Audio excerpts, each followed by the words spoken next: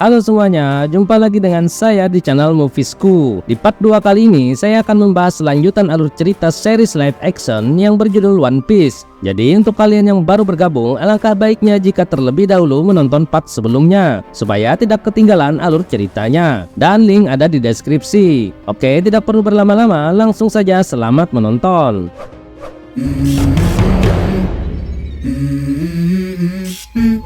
Kembali ke 7 tahun yang lalu di desa Sirup, seorang bocah laki-laki dengan panik membunyikan lonceng besar dan berlarian memperingatkan penduduk desa tentang kedatangan bajak laut. Dan dia terus melakukannya hari demi hari. Namun semua itu tidak benar. Dia hanya mengarang cerita dan orang-orang sudah muak dengan tingkahnya itu. Namanya adalah Usopp dan dia sangat terobsesi dengan bajak laut. Kembali ke masa sekarang, Luffy sedang menunjukkan bendera bajak laut mereka yang lebih dikenal dengan sebutan Jolly Roger. Namun Nami tidak menanggapinya dengan serius dan Zoro hanya menatapnya sekilas. Selain itu, Zoro memberitahukan ada kebocoran di kabin. Nami bergegas masuk dan menemukan tempat penyimpanan rahasianya telah tergenang air dan telepon portable-nya juga rusak. Luffy segera mengadakan rapat kru. Meski Nami dan Zoro menolak disebut sebagai kru, namun mereka sepakat mencari kapal yang lebih besar dan lebih baik untuk sampai ke Grand Line. Nami menyarankan agar mereka pergi ke Pulau Gecko untuk menemukannya, karena pulau itu yang paling dekat dan masih sempat bagi mereka sampai ke pulau itu sebelum perahu mereka tenggelam seutuhnya. Di suatu tempat di lautan, wakil Laksmana Gap telah memulai perjalanan untuk mengejar Luffy. Dia memberikan perintah kepada semua kru agar lebih bekerja keras, serta menyuruh mereka membuktikan bahwa mereka memang layak untuk menjadi awaknya. Saat Koby dan Helmeppo sedang berselisih tentang masalah tali temali, wakil Laksmana Gap datang dan menanyakan siapa yang telah mengikat tali tersebut. Tidak ingin ikut disalahkan, Helmeppo menunjuk Koby. Namun setelah mengetahui hasil kerjanya, wakil Laksmana Gap mengujinya serta menaikkan pangkatnya menjadi staf pribadinya. Sementara Helmeppo disuruh untuk latihan tali temali lebih banyak lagi. Sementara itu, Luffy dan teman-temannya tiba di Pulau Gecko. Zoro melihat poster hadiah atas nama Buggy dan dia menyesal mengapa mereka tidak membawa kepalanya untuk ditukar dengan hadiah yang sangat besar. Namun Luffy mengatakan bahwa dia sekarang juga telah menjadi buronan marinir. Kemudian Nami datang dan memberitahu mereka untuk pergi ke desa Sirup karena desa itu terkenal akan usaha perakitan kapalnya. Di sisi lain, ternyata Buggy masih hidup sedang mencari sisa-sisa tubuhnya. Ketika itu, seseorang datang dan memberitahu Buggy bahwa bosnya yang bernama Arlong ingin bertemu dengannya.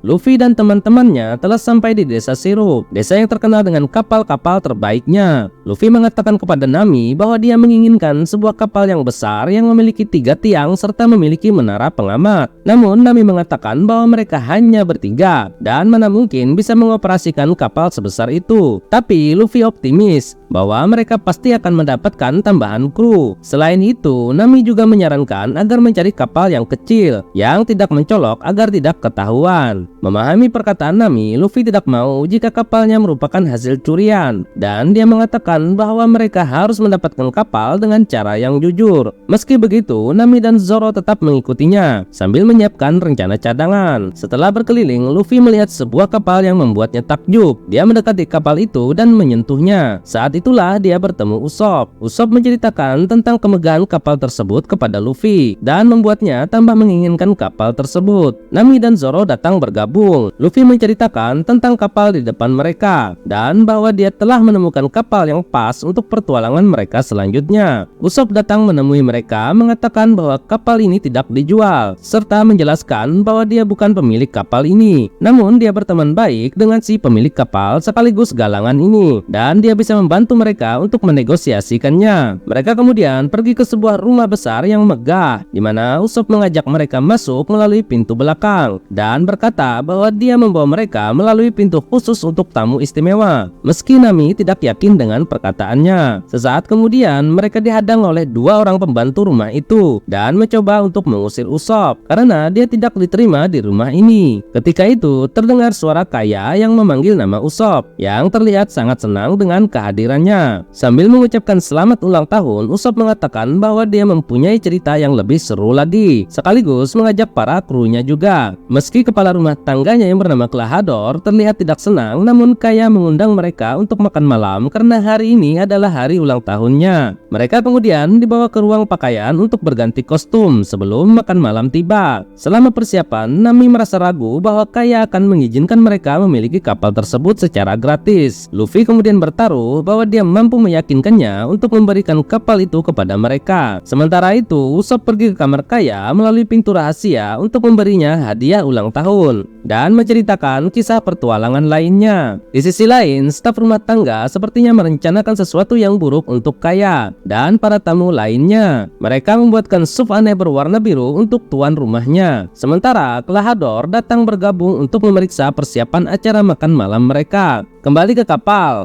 wakil Laksmana Drop sepertinya sedang mencari sesuatu. Meski Koby mencoba menawarkan bantuannya, dia terus mencari sambil berbicara mengenai kekagumannya kepada Koby karena menguasai dasar ilmu pelaut. Koby menjelaskan bahwa pengalamannya tersebut didapatnya saat dia berada di kapal bajak laut milik Kapten Alvida. Wakil Laksmana Drop meyakinkannya bahwa pengalaman tidak mendefinisikan seseorang. Yang terpenting adalah pelajaran yang dapat dipetik, dan bangga kepada Koby karena telah belajar dengan tepat serta mampu bertahan hidup sampai saat ini. Akhirnya dia menemukan apa yang dicarinya. Dia mengajak Koby untuk bermain papan permainan strategi dan menyuruhnya membuktikan bahwa Koby bukan hanya bisa tali temali. Acara makan malam pun tiba. Semua orang telah berkumpul di ruangan utama sambil menunggu kedatangan Kaya. Termasuk yang hadir adalah Mary, seorang konsultan galangan kapal milik Kaya. Di pojok ruangan, Zoro menghampiri Klahadore dan mencurigainya seolah mereka pernah bertemu. Zoro mengatakan nama sebenarnya adalah Funky Bar, seorang bajak laut yang selama ini dicari-cari dan menghilang tanpa jejak. Namun Klahadore menolak tuduhan itu dan juga mengatakan bahwa dia tidak tahu apapun tentang hal itu. Kaya datang dan Mary mencoba berbicara padanya tentang pengalihan kepemilikan galangan kapal dari nama ayahnya ke atas nama Kaya sendiri. Namun pembicaraan itu dipotong oleh Klahadore dengan mengatakan makan malamnya segera dimulai. Di meja makan, Luffy melahap hampir semua makanan yang tersedia seolah sedang kelaparan. Sementara Kaya yang ketika itu mencoba meminta menu ikan, namun ditolak oleh Klahadore dengan alasan kesehatan dan justru memberikan sup aneh berwarna biru yang telah mereka siapkan sebelumnya. Meski Nami sempat protes bahwa Kaya berhak menentukan apa yang mau dia makan, namun Klahadore tetap melarangnya. Melihat suasana canggung itu, Usopp mengusulkan bahwa Luffy ingin membahas sesuatu. Luffy kemudian bertanya untuk memastikan apakah Kaya pemilik galangan kapal tersebut. Kaya menjelaskan bahwa pendiri galangan kapal itu adalah orang tuanya, dan semenjak mereka wafat, Mary lah yang mengurusnya selama ini. Namun selepas tengah malam, dia akan menjadi pemilik tunggal galangan tersebut. Mengetahui hal itu, Luffy segera menyampaikan niatnya bahwa mereka ingin membeli salah satu kapal darinya. Kaya senang mendengarnya. Luffy kemudian melanjutkan dengan bercerita tentang ambisinya untuk menjadi seorang raja bajak laut, serta tujuan mereka untuk pergi ke Grand Line guna menemukan harta karun yang dikenal dengan sebutan One Piece. Luffy juga terus meyakinkan Kaya bahwa dia tertarik dengan salah satu kapalnya yang memiliki sampung domba serta berjanji untuk merawatnya dengan baik sebelum dihentikan oleh Klahadore yang menganggap mereka telah mengganggu Nona Kaya serta mencoba mengusir mereka semua. Namun Kaya tidak setuju karena malam sudah larut. Kaya menyuruh mereka menginap untuk malam ini sebelum pergi besok paginya. Di kapal, permainan semakin seru. Wakil Laksmana Drop menikmati permainan tersebut sampai ketika Koby berhasil mengalahkannya. Kagum dengan keahlian strateginya, Wakil Laksmana Drop memberi penjelasan bahwa kemenangannya itu didapat akibat dari ketegasannya dalam mengambil keputusan. Tindakan seperti itulah yang harus diambil dalam menghadapi para bajak laut, terutama terhadap bajak laut muda. Dan permainan pun dimulai lagi. Saat sedang serius bermain, Helmeppo datang dan melaporkan bahwa mereka telah menemukan puing-puing kapal beserta Jolly Roger milik Luffy. Mengetahui bahwa buruan mereka belum jauh, Wakil Laksmana Drop segera memerintahkan Koby untuk membuktikan dirinya dengan menangkap Luffy beserta teman-temannya. Malamnya, Mary menemui Klahadore. Dia protes soal rencana mengalihkan kepemilikan bisnis perakitan kapal kepada Klahadore karena menurutnya hal tersebut tidak wajar. Oleh sebab itu, Mary meminta untuk bertemu langsung dengan Kaya untuk membahas dan mendengar langsung darinya. Tidak suka dengan usulan Mary tersebut, Klahadore menakut-nakutinya sebelum menghabisi nyawanya agar rencananya itu tidak ada yang menghalangi.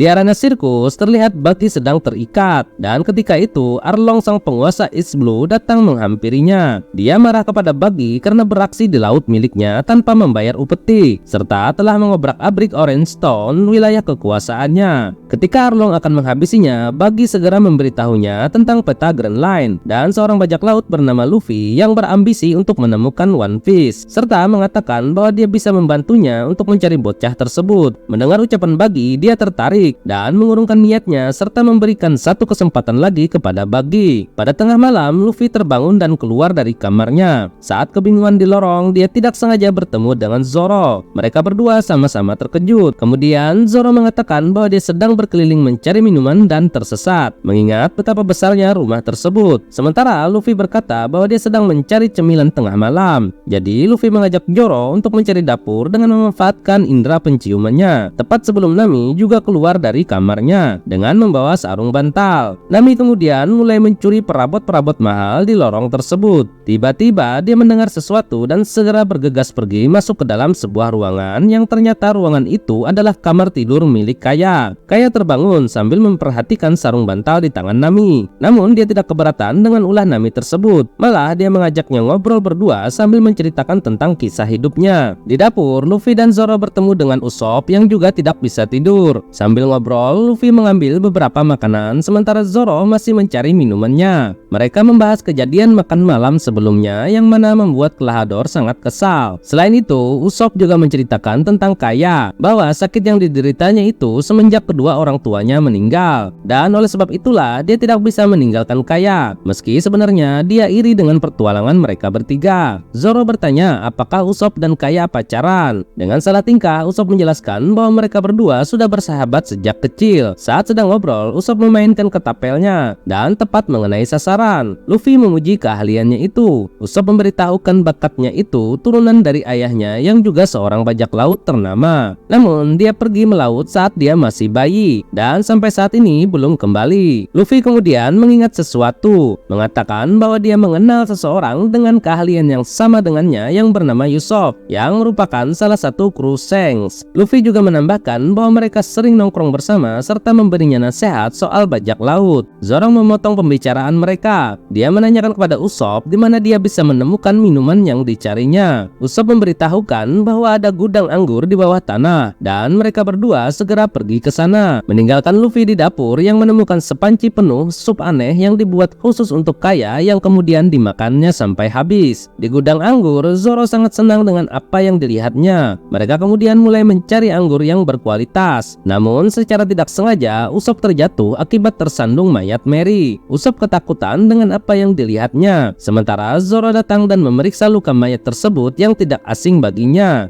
Tiba-tiba Klahadore muncul memergoki mereka berdua. Setelah melihat senjata yang dia gunakan, Zoro mengenalinya sebagai Kapten Kuro dari bajak laut Kucing Hitam. Sementara staf rumah tangga rumah ini adalah krunya. Mereka berdua pun mulai bertarung. Sesaat Kuro berhasil menghindar, dan ketika Zoro sedang fokus kepada musuhnya, tiba-tiba sebuah pukulan menghantamnya dari belakang dan membuatnya pingsan. Terpojok, Usopp bergegas melarikan diri dari tempat tersebut. Dia pergi ke desa dengan membunyikan lonceng besar serta menggedor pintu-pintu rumah untuk memperingatkan semua orang tentang bajak laut yang bernama Kuro. Namun setelah bertahun-tahun membuat peringatan palsu, akhirnya tidak ada yang percaya. Merasa usahanya tersebut sia-sia, dia duduk termenung tepat di depan pintu rumahnya. Dia terkenang masa lalu ketika seseorang menyeretnya masuk ke dalam rumah dan mengadukan perbuatannya itu kepada ibunya yang sedang sakit di atas tempat tidur. Usopp duduk di samping ibunya yang berpesan agar berhenti membohongi semua orang. Ketika sedang menasihati Usopp, tiba-tiba ibunya meninggal tepat di depannya. Mengenang peristiwa tersebut, Usopp menangis sedih serta bertanya-tanya mengapa tidak ada seseorang pun yang mempercayai dirinya, padahal bajak laut sudah datang ke desa mereka. Tiba-tiba Koby datang di hadapannya dan berkata kepada Usopp bahwa dia mempercayainya. Kembali ke rumah Kaya. Setelah kejadian di gudang anggur, kedua kru Kuro membawa tubuh Mary dan Zoro menggunakan sebuah gerobak dan membuang tubuh mereka berdua ke dalam sumur di samping rumah beserta ketiga pedang milik Zoro. Usopp kemudian bercerita tentang Kuro, tetapi Helmeppo menyangkalnya karena dia tahu bahwa ayahnya Kapten Morgan telah membunuh Kuro bertahun-tahun yang lalu. Ketika Koby menyebutkan bajak laut topi jerami, Usopp menyadari bahwa yang dimaksud adalah Luffy. Kemudian dia mengatakan Luffy juga berada di rumah itu